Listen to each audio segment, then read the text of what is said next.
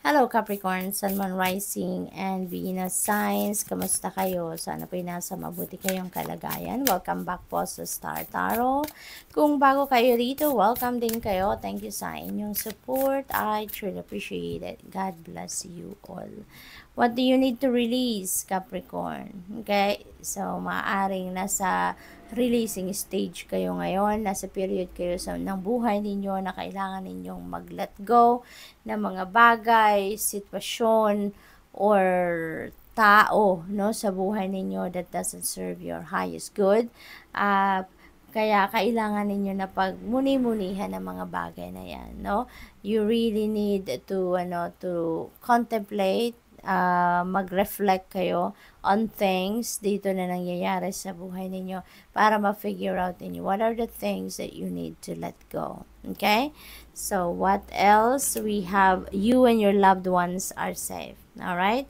So, huwag kayong mag-alala, no? Kasi maaaring ang iba sa inyo dito laging nagwo-worry about your safety, no? Hindi lang ng inyong sariling kapakanan but also pati na mga loved ones niyo, siguro lagi kayong nag-aalala. Maaari din na nasa malayo kayo at hindi ninyo kasama, no? Physically ang mga mahal ninyo sa buhay, kaya lagi kayong nagwo-worry about them. Pero this is a sa inyo promise ng universe, no, na you and your loved ones are safe. Okay, you really have nothing to worry about. Okay, so what else? We have look at the bigger picture. Ayan, so napaka-importante nitong reminder na to, lalong-lalo na doon sa mga Capricorn na merong kinakaharap na decision making, no?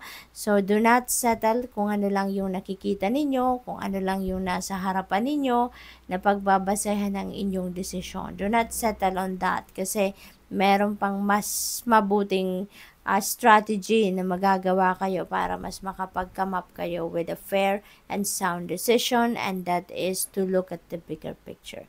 Use your eagle eye, no, para makita ninyo ang buong sitwasyon ninyo, all four corners of your situation, and with that, mas makakapag-isip kayo ng mabuti, ng mas maayos, at maa-address ninyo, no, ng ang inyong sitwasyon na pangkabuuan, no? So, what else? We have a new start is coming. Wow, napaka-exciting nito because there is a new beginning energy sa buhay ninyo, Capricorn, and that could be related doon, no, sa pag-release ninyo ng something sa buhay ninyo. When you are releasing something, when you are purging something, 'di ba? You're making room, no, sa sarili ninyo. Kaya naman, when you do that, syempre may space kayo sa buhay ninyo. You're welcoming something new, 'di ba? Kasi may room kayo, you are sending a message sa universe na nag-let go ka, nag-release ka, therefore you have that room sa buhay ninyo for something new, no? Kaya maaari talaga, no, na meron mga bagong paparating sa buhay ninyo now that you are releasing. So of course, that is a new chapter, no, sa buhay ninyo that you're going to embrace. So we have nothing will come of this situation, no? If you are not going to take action, there will be no progress, no? There will be no progress. Wala din kayong makukuha out of that situation. Wala din kayong walang movement, walang progress, walang development. Wala, no? Stagnant energy ang meron kayo. Kaya, importante dito na mag-take action.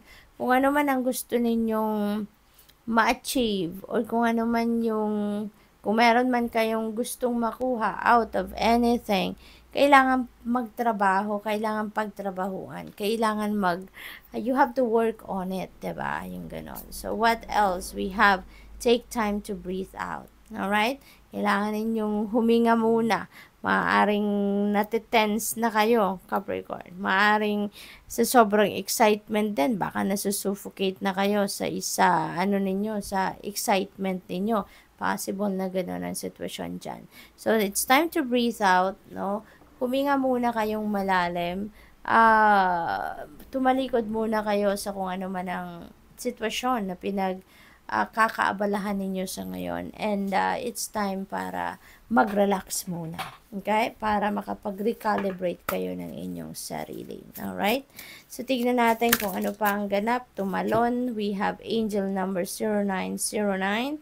Tapos, meron tayong a new start is coming. This one is a new beginning energy din. So, marami siguro iba't ibang sitwasyon sa buhay ninyo ang magbabago.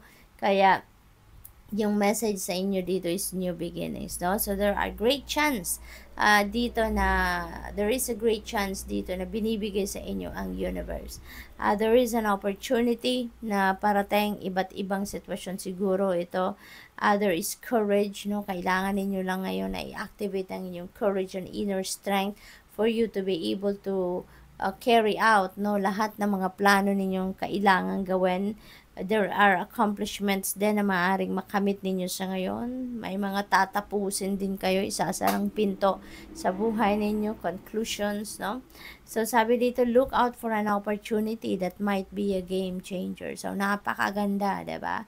Isang malaking pagbabago ang maaaring mangyari sa buhay ninyo kapag nahanap ninyo ang opportunity na to. You are completing something major. So, talagang merong major accomplishment kayo na makakamit sa ngayon. Maaring matagal ninyong pinagtrabahuan yan at could be related to your career as well, no? It feels good to level up, close the old chapter, a new adventure will unravel. Ayan. So, definitely, new beginning is coming your way. Take action. Ayan, sabi ko kanina, there will be no progress, there will be no development. Walang mangyayari if you are not going to take action. So, eto, there is new beginning, energy, fresh start, no? So, talagang merong mga movement dito na gagawin si Capricorn. This is a call to action to move forward. The sooner you get going, the sooner you will accomplish what you set out to do. Those with patience will eventually reap the rewards of their perseverance. That's very true. Diba? May kasabihan nga na good things come to those who wait. Diba? So, you're being patient, no? Dadating ang para sa'yo na bonggang-bongga. So, good luck. Thank you for watching. Have a light. Namaste.